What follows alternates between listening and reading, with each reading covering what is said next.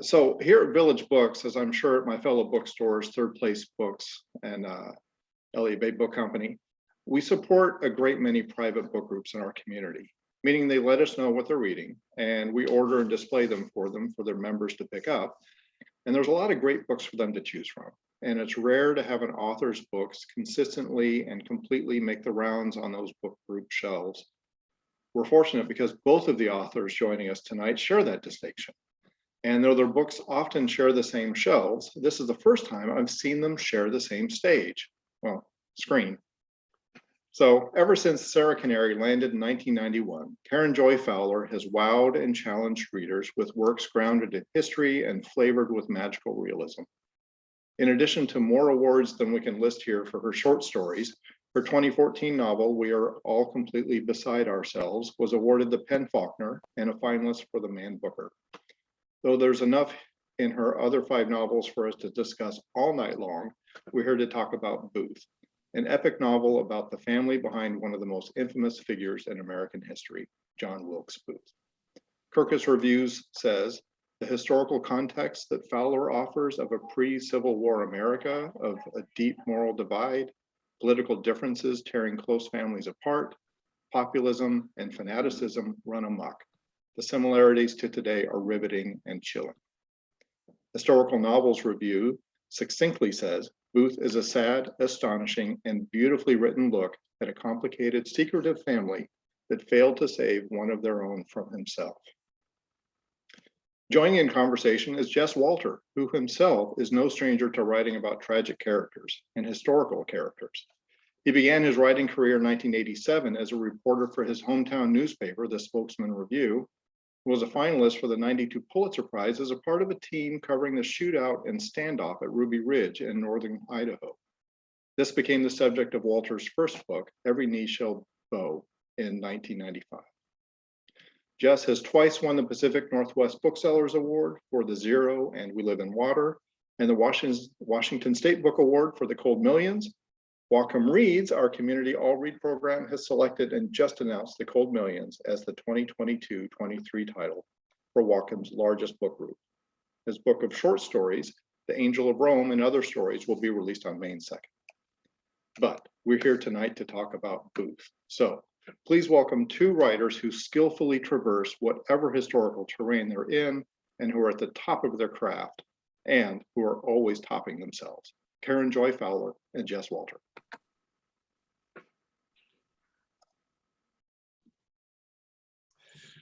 Thank you so much, Paul, and thank you to everyone from Village Books, Elliott Bay, Third Place, 3 amazing bookstores, and Karen, it's so nice to see you again. It's nice to see you in the same time zone this time. I know, I think you were in London the last time we did this, so which I think was just showing off, actually. So I think I might either be in Barcelona or Spokane. I'm not sure which. So I'm so excited to talk about Booth. What an amazing book. So many times I read books that say this is such an American tale or this is such a Shakespearean tale, and I always feel like you throw those 2 things around and they don't quite always stick, but this is so American and so Shakespearean. I have to start at the beginning and ask what it was that pulled you to writing about John Wilkes Booth's family. It was a sort of circuitous route to get there, and it started in my other life where I write science fiction, and I wrote a time travel story. I had a certain irritation with some time travel stories that I'd read because it just seemed to me that the people passed too easily, that they blended into the background, and I thought, I live in Santa Cruz. Santa Cruz is a tourist town. I know the tourists, I can spot them. And time travelers would just be another kind of tourism. And I went from that thought to thinking there would probably be destination vacations. And from that to thinking that the Lincoln assassination might be a place that time travelers would go. So I wrote a short story.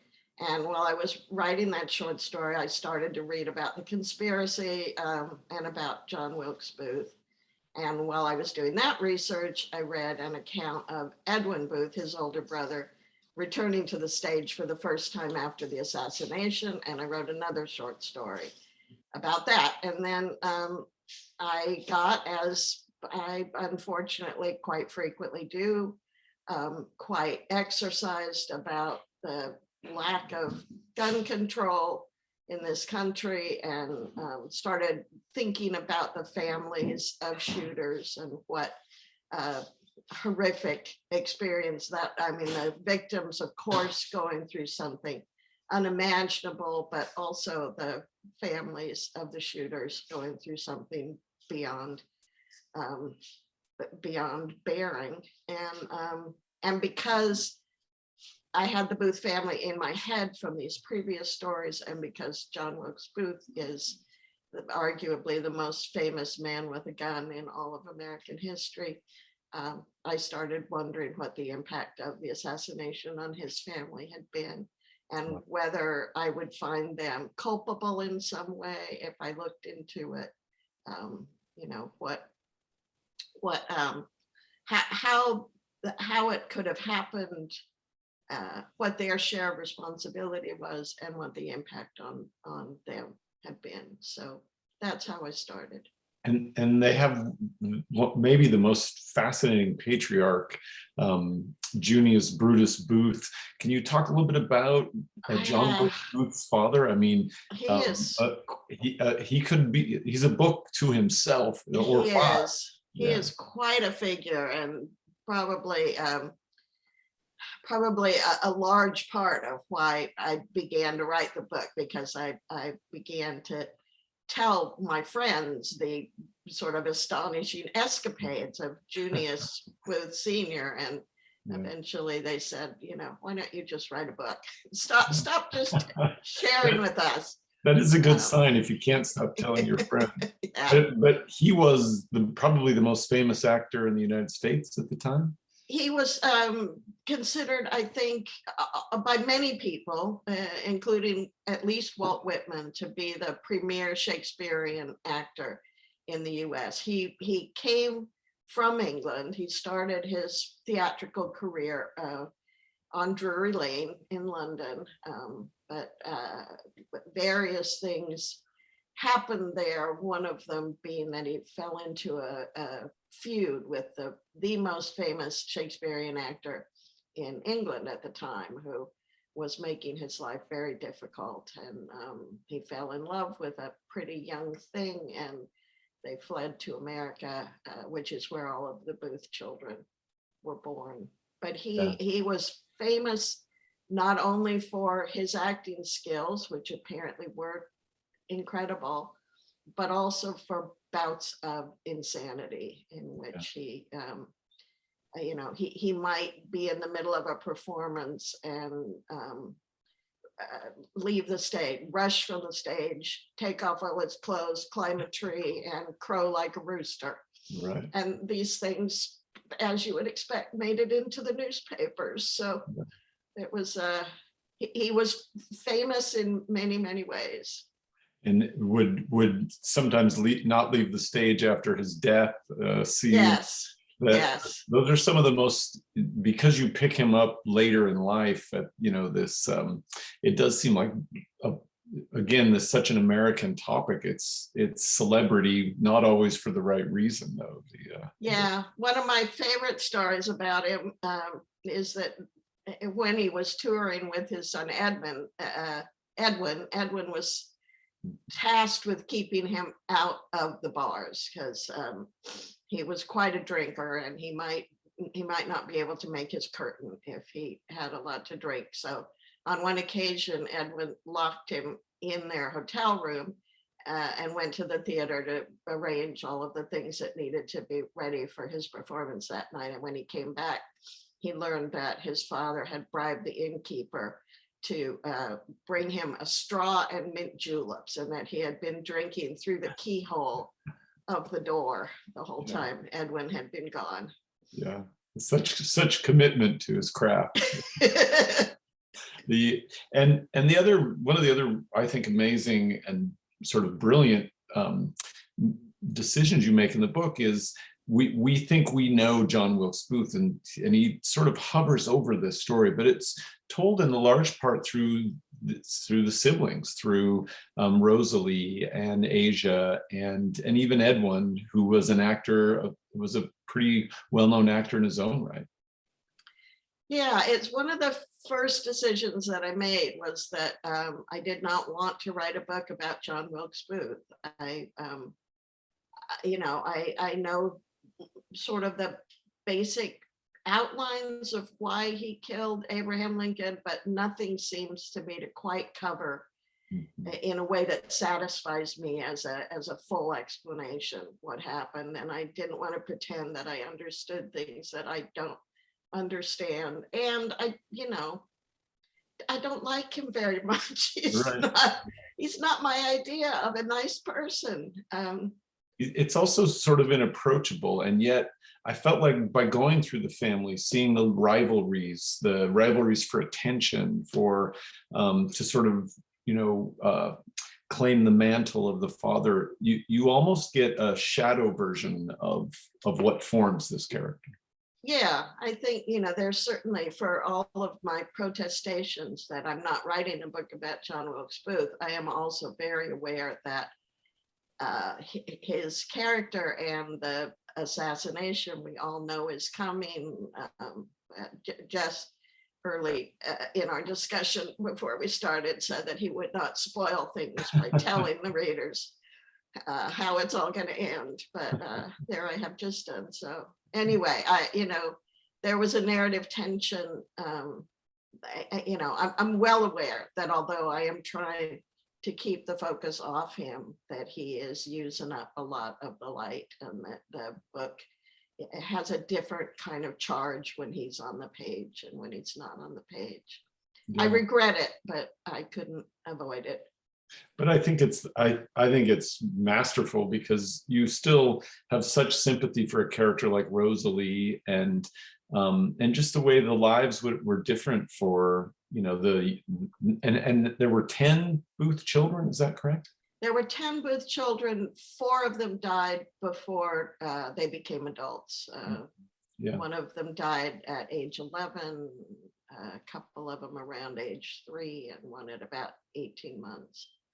And it's a wonderful surprise for the Booth family when they find they have a half brother from London who shows up with Junius Booth's other wife.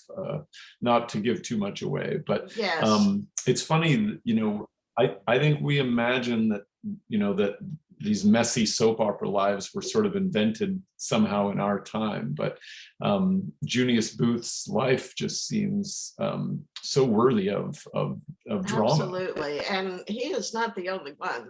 The stage at that time was rife with divorce and scandal and colorful characters and colorful stories.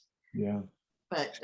Yeah, Junius Booth's is one of the, to me, amazing things I can't quite wrap my head around is that, so when Junius Booth left England, he took with him this young woman he'd fallen in love with. They came to America. They lived here for 25 years, having 10 children. And in all that time, it appears that his first wife did not suspect that anything was amiss. 25 years that he's not around. And it came out eventually because she sent their son to America to travel with him. And somehow, in the mystery that is Junius Booth, he believed that he could tour the country with this son from England, and nobody in his Baltimore family would ever find out about the son, and the son would never find out anything about the Baltimore family. Of course, neither of those things was possible. Right. And it's also fascinating to see the importance of Shakespeare and the stage at this time. Little cow towns in California and Oregon, during the gold rush are still bringing in Shakespearean actors to, for these performances. And that really was sort of the calling card of the Booth family, it seems like. Absolutely. And, they traveled a great deal, a little bit in Europe. Both Edwin and obviously Junius played in England, but they played all over the United States. And it was, to me, it was, because I knew nothing about it, it was an interesting system. This sort of, they would, a famous actor would arrive in whatever town, and there were stock plays, and there would be a stock theater company that would play the other roles, but the traveling star would step into the lead role. And because these things were so formalized in some sort of way, that there would be the rehearsal would take just a couple of days. Everybody already knew the plays. There'd be some blocking to work out, but basically this would be a play that had been performed many times with other actors, and now it would be being performed with Junius Booth. When he wasn't sipping cocktails through locked doors and climbing naked in trees. And then this, I want to talk about the period of time. This is the Civil War. You do a wonderful job showing the Booths' relationship to slavery, which is very complex, and also the complexity of the politics at the time. That sense that the country's coming apart, that that racism is the dark secret at the bottom of what ails this country, and then the move toward secession, toward violence. You had, as you were working on this, you had to feel a sort of haunting of the time we were in now.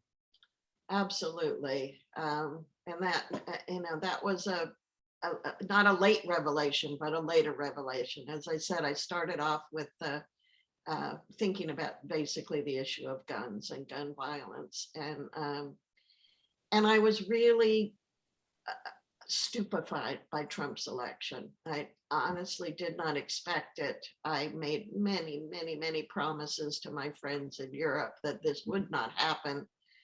There was no way this could happen. And you all will remember the polls were so promising. I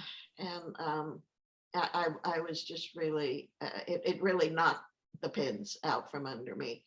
And I felt that there was no point in going on with the Booth book, that it just didn't seem relevant anymore. And I know many writer friends who abandoned the projects that they were in the middle of because it just didn't seem like it spoke properly to the issues of the moment. And it took me a while to realize that the Booth story does in fact speak very directly to the issues of the moment, and that it was a part of the larger conversation that I wanted us to be having. And so I returned to it very much because those parallels made it seem like a book worth spending my time on after all.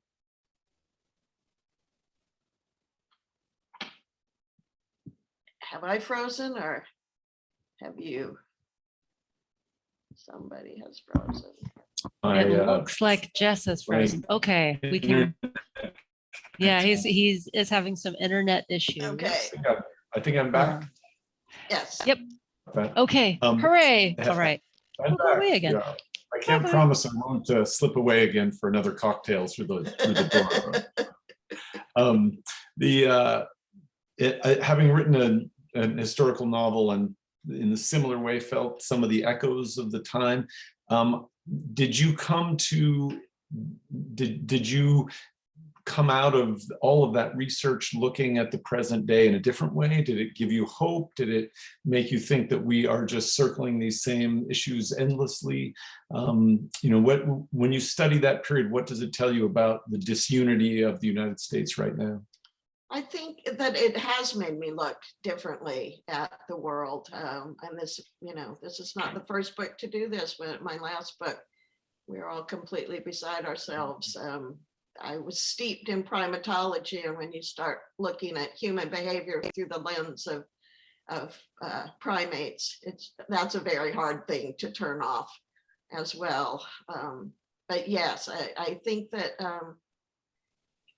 that there are a number of things that I feel in retrospect should not have come as a surprise to me, because I did grow up during the years of the civil rights movement. I was sort of a teenager watching on television the things that were unfolding with the freedom riders in the South, and the violence and the, to me as a young girl, peculiar passion about keeping young children out of schools, the specter of the white mobs gathered around some tiny little girl was all very, very vivid in my head as I was growing up, even though I was at a distance in California. So what I'm trying to say is that the idea that the Civil War has not actually ended, I think, should not have surprised me as much as it kind of did. I knew that there was a place where a nostalgia for the lost cause was still in full flower, but I thought it was a fairly small space where that was going on. And so to see, just how little progress we have made on our racial issues is, it's painful. It's just very painful. And I think, that one of the things I felt, I hope I've come slowly, painfully to a more hopeful place, but that I had always believed that the moral arc of the universe was long, but it swung towards justice. And then I started thinking, no, it just goes back and forth.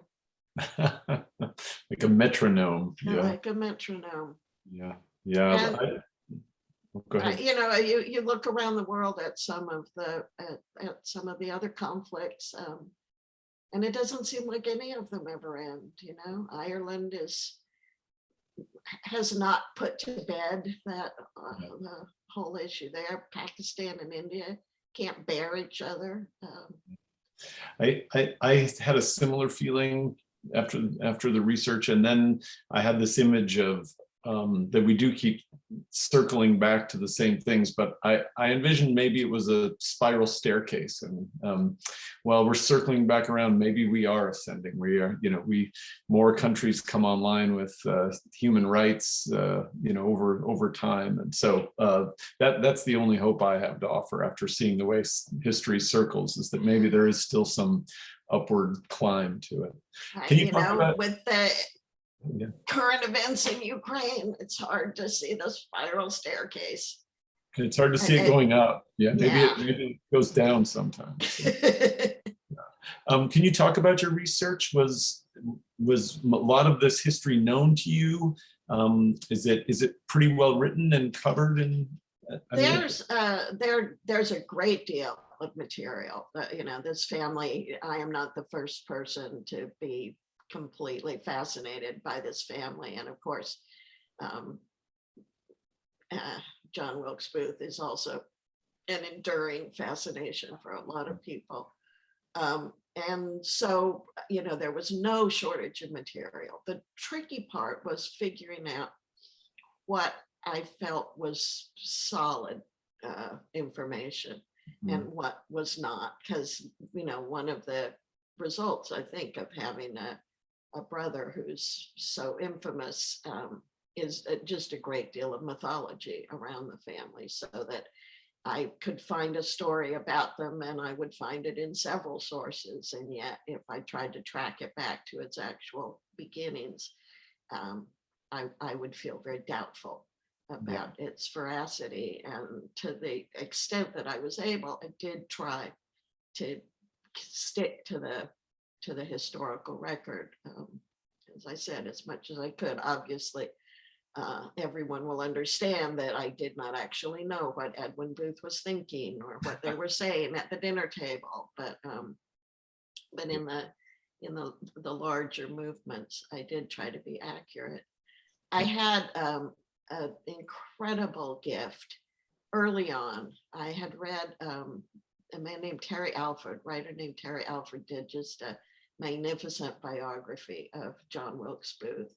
And it was meticulously footnoted, and I felt very confident in his information. But he had a story in there that I was very interested in, and that was not footnoted, and I could not find the source for it. So I emailed him and asked. I said, I'm writing a novel about the Booths, and I'm just wondering if you could direct me to where you got this information.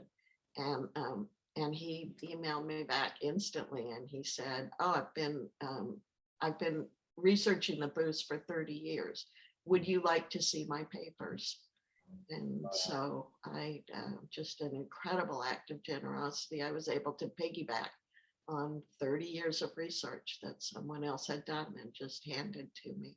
Yeah, and there were letters and Yes. yeah. Yes. Yeah, because when those come up in the novel, they just give such a weight of veracity. Because they are real. Yeah. I do think I will confess to one bit that I fudged. Asia Booth, who left a lot of letters behind, as well as writing 3 books, had an incredible antipathy towards Edwin's wife and wrote many, many, many nasty things about her. And one of the ones I quote is that she said, I'd like to write a letter on her face with this pen. And in the confession here is that she did write that, but not about Edwin's wife. That was directed towards someone else she didn't like. But I was just so taken by the phrasing, by the sense of the voice, that I put it in and pretended she was talking about Mary. She said many, many other nasty things about Mary, but I particularly wanted that one. I think I recall a scene from the book where Junius's wife burns his letters. Did that actually occur? Are his letters really lost to history? They are, yes. They are the letters written to him are the ones that were burned. And again, just kind of a mysterious thing, perhaps involving the first wife and the attempt to manage the bigamy. I don't know, but at least Asia in her book recounts telling her mother she had this idea that she wanted to rescue her father's very mixed reputation by writing a book about his acting genius. She was very excited about doing it. She told her mother that she wanted to see the letters so that she could put this book together, and her mother said that would be fine. And then the next thing she knew, she came into the parlor and her mother was burning the letters one by one. And when she begged her to let her have some of the letters, her mother tore off the signatures and handed her the signatures to the letters, but continued to burn the letters. Only the signatures. Only the signatures. This is going to be a Goonie writing question, because I just marveled at the voice of this novel. You do such an amazing job of almost telescoping in and out. At times it feels like such a confident nonfiction voice you're writing, and then you're able to go inside these characters. Did you know all along you'd have that sort of omniscience? At times it flashes forward in time and then comes back to that moment, it just feels like such a fullness in the storytelling voice. And I wonder, for you when you're writing, if that voice comes quickly or if it's something you have to work your way into.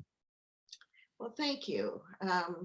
I, I think that I like the omniscient voice because I like to be able to include things in the story that the characters do not know.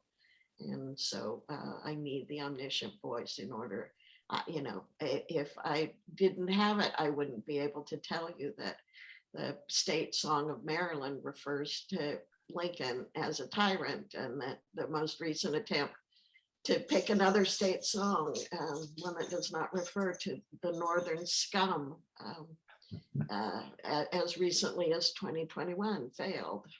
I think you're going to want to know that. Yeah. A couple of things about the voice. One of them is that the book is in present tense, and that was not really a decision I made so much as I just sat down and that is the way it began to come out. And I recently read Lauren Groff's Matrix, which is also in present tense, and I think this is the Hilary Mantel impact, that none of us can think of a historical novel anymore without it being in present tense. Yeah, and it's that sense of immediacy of and with a story like this driving towards something we know, I think it creates even more weight, at the end of that present, when we arrive at that moment. Yeah, it's pretty remarkable. Thank you. You talked earlier about Walt Whitman being such a fan of Junius's acting, but for a literary nerd, there's Byron and Shelley and Edgar Allan Poe, and the family really did run in sort of the highest literary circles of the time, didn't they? They did. Junius Booth certainly had a great many very powerful and influential friends. And I'm noticing in the chat that my volume is not good enough. I wonder if I take the headphones off, will it be better? Should I try? I thought you sounded fine, but think? maybe someone else can chime in. Or I can just try to talk Maybe I'm louder. wondering if maybe getting just a little bit closer might help. All right. Okay. How is that? Is that better? Yeah. I think that's good. Thank you. Thank you. Okay. We appreciate that. That's all right. Where was I? Oh, we were talking about Allan Poe and yeah. Whitman. Yeah. So one of the interesting little tidbits is that Junius Booth also knew a president. He was friends with Andrew Jackson, and that in one of his fits, he wrote a letter threatening to kill Andrew Jackson. So there does seem to be an impulse that runs through the family of getting rid of inconvenient presidents. Yeah. But yes, Edgar Allan Poe was a guest in the house, and as we've established, Junius Booth was quite a drinker, so he was a convivial sort of person in an evening, and very prone to pick up the tab as well, which is always the secret to popularity. I'll have to remember that. Yeah. Explains a lot. There's a quality of sort of self-delusion about the Booth men, especially.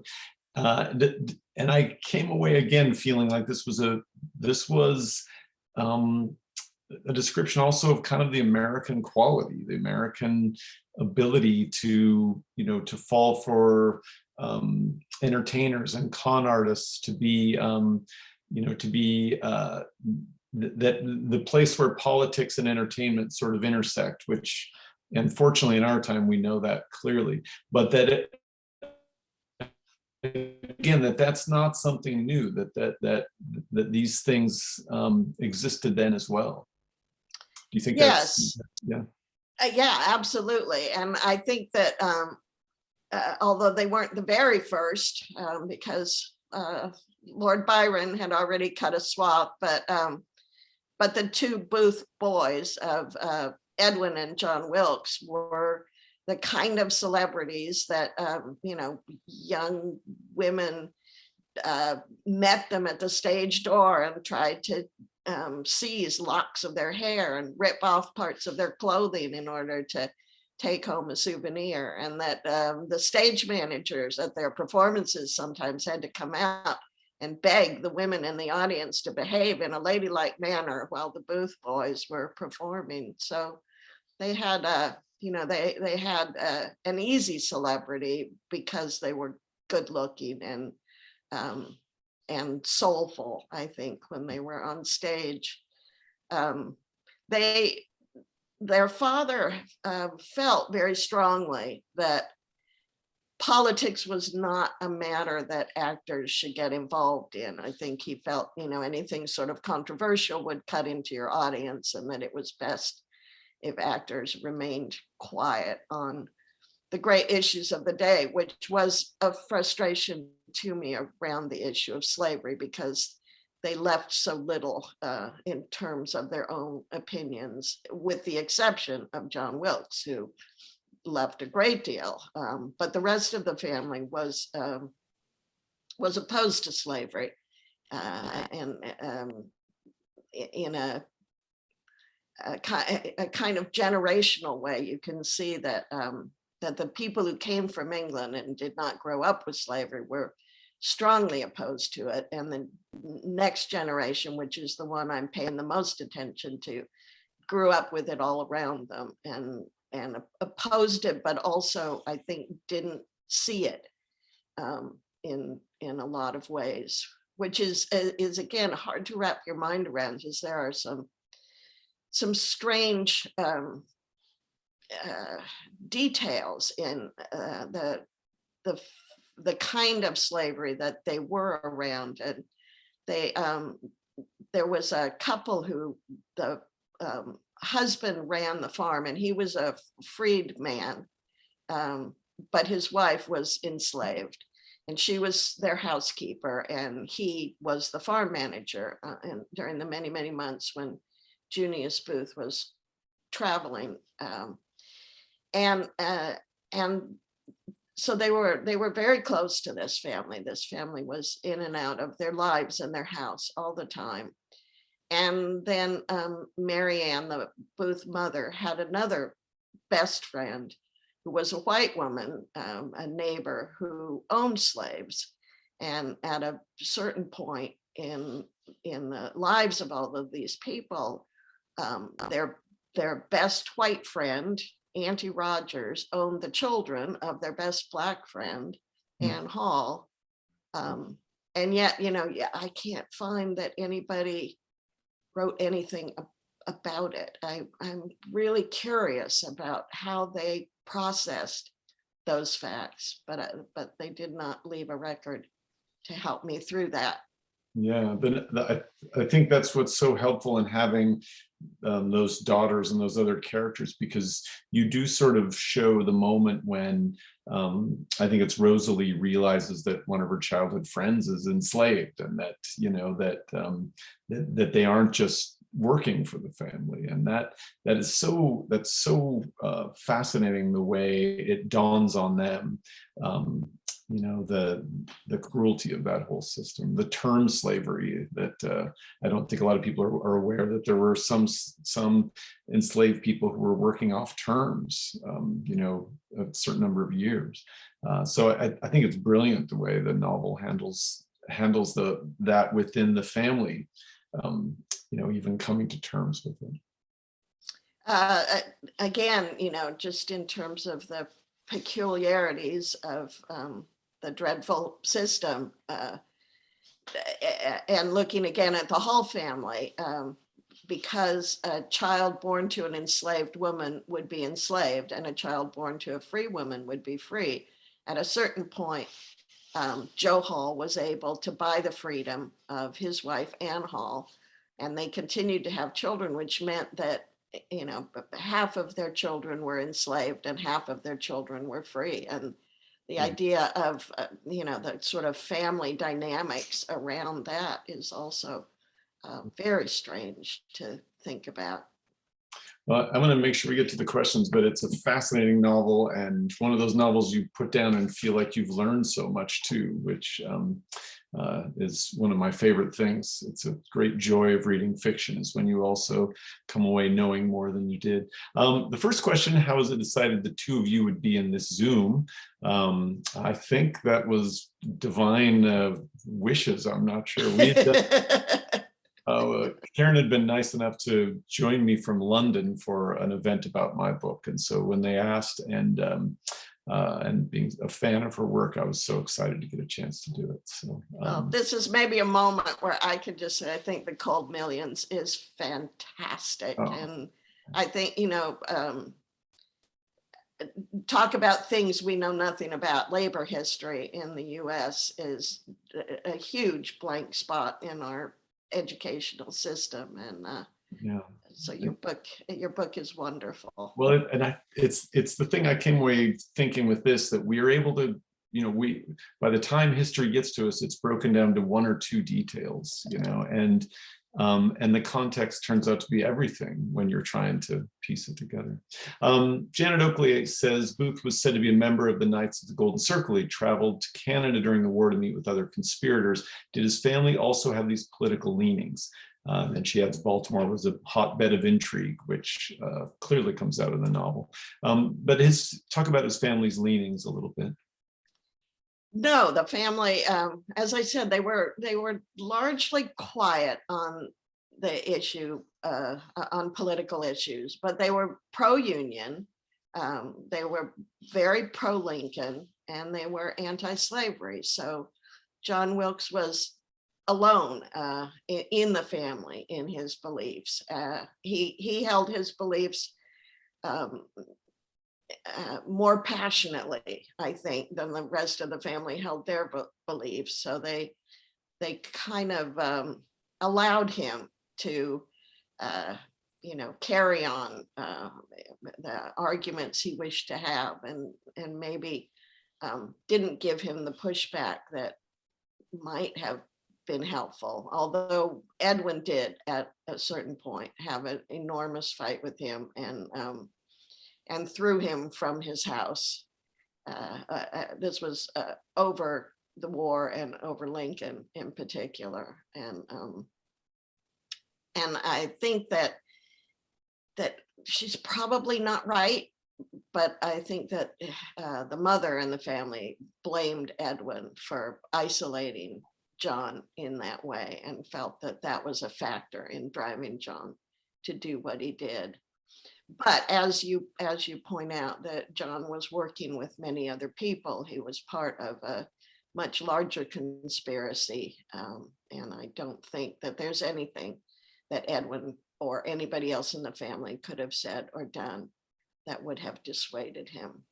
I think that, again, I said that I don't really understand John Wilkes Booth, so I don't want to pretend that I do, but I do think that the kind of the fact that the family was so steeped in Shakespeare, I think played a role. I think that that John Wilkes always had a sense of himself as a larger than life kind of character who would do larger than life things, and that he was in some way fulfilling his destiny.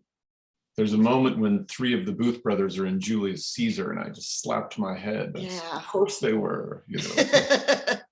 A play about political assassination. I mean, it almost feels it's so rich and yet so sad in some way too. I know. And apparently John Wilkes was very cross that he didn't get to play Brutus, which is the part he really wanted.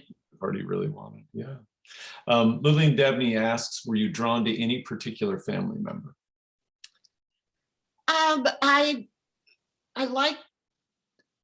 I don't know, liked is maybe not exactly the right word. I was really interested in all of them. And I was sort of, by the time I put the book down, I had kind of satisfied my interest in a few of them.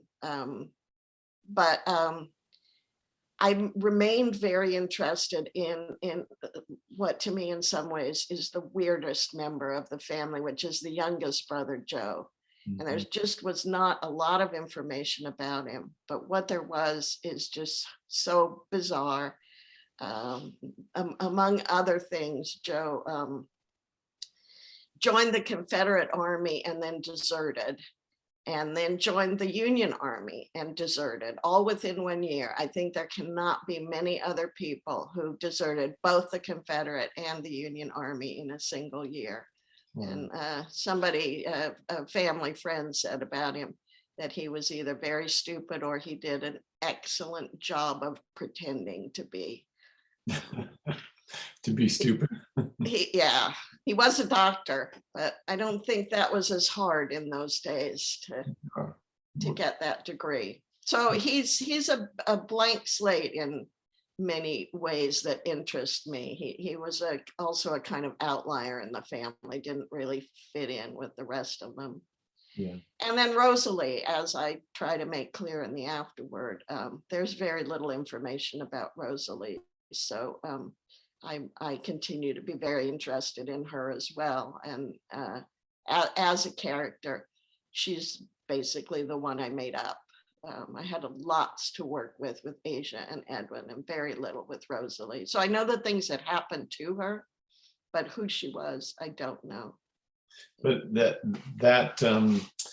it almost seemed like that gave you the room to allow her to sort of be our tour guide through those early years, because she's really one of those observing characters. She's, the Nick Carraway of the family, observing the passions and maybe not at the center of them. Yes, and I think, because I had no information to tip me the other way, I was able to make her more likable in some ways than. Poor Asia, I would have liked to have Asia be more likable, but there she is, condemned by her own vitriolic words. Yeah, she did make her bed. That I think that omniscience, it's funny, we think of omniscience as all knowing, but it also allows you to not know. It allows you to, and you do that several times in the novel, say, Rosalie is listed as an invalid and we don't know why. And that I really enjoyed that, the freedom of that. I thought that was so interesting. Yeah, I like that too. And I'm thinking of a childhood friend who died in prison in Washington, a Confederate soldier who was arrested and died in prison. And I went to try to do the research about how he died, and I found two stories. Either he was hanging out of a window in the prison, taunting the guard beneath him, shouting that the guard didn't have the courage to shoot him, and so the guard shot him. Or he was quietly reading his Bible, in fact, was reading his mother's favorite passage when the guard, with no provocation at all, shot him. And the omniscient voice allowed me to include both, right. Both versions, which makes a better story. Sally wants to know, due to narrative or space constraints, was there an aspect of the Booth story that you could explore but couldn't explore but wanted to? What did you? There's a lot that happened later.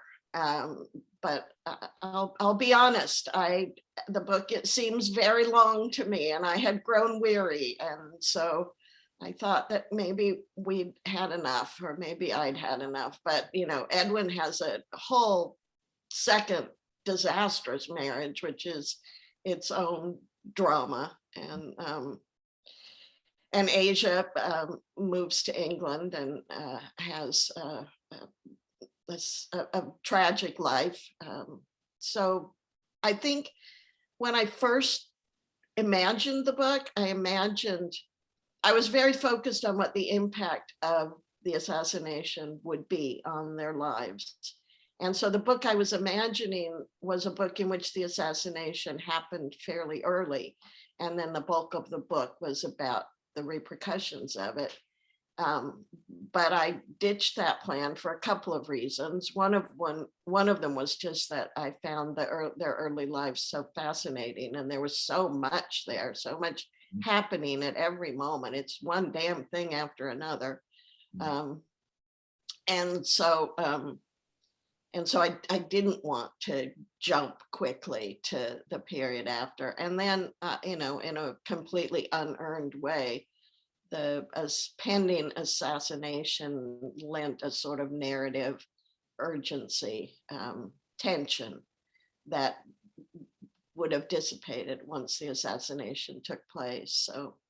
And canny as you always are, you saved the rest for the sequel too. Exactly. Which brings to another question by Kristen Strout. Did you know where you were writing to? Did it always feel like the weight of the assassination would be the point you'd be writing to, or did you feel like that, the effect on their lives was the thing you're writing to? But as I said in my last answer, and hi Kristen, I pictured the book differently when I started, but there was a certain point where it just seemed so obvious and so inevitable that the assassination had to be the climax of the book that there just didn't seem to be any way around it, honestly. So, yeah. I think you almost do get the sense of, because you get to know them so well before, I think you do get the weight of the assassination in the family too. I think they're almost that heartache in having one of the kids go so bad, I think really does come through. Last question, and then we'll invite the Village Books people and others back. What surprised you most about the novel? Was there one detail that that you marvel at even now? I think that I did not understand, and I think that actually, I now think that my book actually underplays this, that it was even more so than I understood, the extent to which Lincoln and the Booths were connected prior to the assassination. How often Lincoln had gone to see the Booths play, the fact that he had invited John Wilkes to the White House, having seen him perform, an invitation John Wilkes did not take. But I did not understand, or I was surprised at the extent to which their paths had already crossed on many occasions. Yeah, and talk. So they saw the Booths in. Did they see Edwin in Hamlet? I believe. Yes, I think he saw. I can't remember if it was Hamlet. It was probably Hamlet because Edwin was always doing Hamlet. But Right. he saw John Wilkes in a booth called a play called The Marble Heart, which Right. Yeah. is apparently not often performed anymore. Yeah. Was the last question? I know that I said that was the last question. Was this different? Did this process feel different than the other novels you've written because it was so research heavy, so weighted in history and also the present moment? And then I also want to know what you'd be working on next. What's next for? It did feel different. I feel that that I struggle a lot when I write a book with plot. And with the shape of the book, and that's the thing that I work the hardest on, and that I think the most about, and that I worry the most about. And in this one, the plot was just laid in. So to that extent, it did feel different. There was a long period where, although I had done historical novels, I had never put an actual historical figure at the front of the story. I had never pretended to access the thoughts and hopes and dreams of an actual recognizable historical figure. And I felt there was something a bit shady about doing that. So I was determined not to. And yet that is exactly what I spent the last 6 years of my life doing. I'm so glad you gave into the shadiness person. Terrific. Yeah. Well, I think our time's about up. And lastly, what are you working on next? Well, I don't know. Oh, excellent. At the moment, I'm not working on anything. So I am open to suggestions. I've always said that I do not have good ideas myself, but I know a good idea when I hear one. Feel free to send your good ideas in my direction. Yes, send them to Karen. Do not send them to me. Thank you so much. Thank you, Jess. Thank you so Karen. much. Well, thank you for this conversation. This has been great to listen to. Karen, I want to tell you that I thoroughly enjoyed this book. And I had such a great time as I was reading it, looking up pictures of the family. You know, as I was reading along, But didn't you also feel, Asia is never mentioned without somebody saying what a beauty she was. And you look at the pictures of her and don't you think, what are they talking about? The thought might have crossed my mind. I just said it was a different time and there were different ideas of beauty back then. But I just, I did not know anything about this family. And when I went into reading this book, I had no idea what I was in for. And it's just really, it's a wealth of information. You wrote a very long book about this family that who knew that John, it's almost like an aside that John Wilkes Booth is known for this horrendous thing that happened in American history, but the family.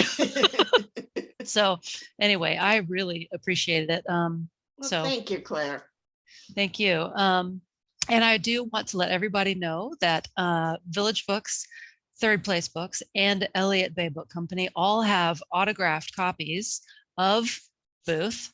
Thank you to those of you who went ahead and purchased a copy at your event registration. We do appreciate that. It is a while supplies last situation. I did put the links in the chat to the 3 bookstores where you can purchase a signed copy of Booth. And I want to thank Elliott Bay Book Company and Third Place for participating in this event and co-hosting with us. We are very grateful. Also want to thank all 3 of you as well. Thank you. And this has just been delightful. Any final words? Well, congratulations, Jess, on Nicole Millions being chosen for the big read. That's exciting. Yeah, it is exciting. I'll be excited to get back to Bellingham. Yeah. All right. Well, we look forward to having you both back in Bellingham one day. So, all right. Well, thank you, everybody. And I think we will say good night. Take care. Good night. Thank you all for being here. I see a lot of names I recognize, a lot of people I love out there. Thank you. Yep. Okay. Good night, everybody.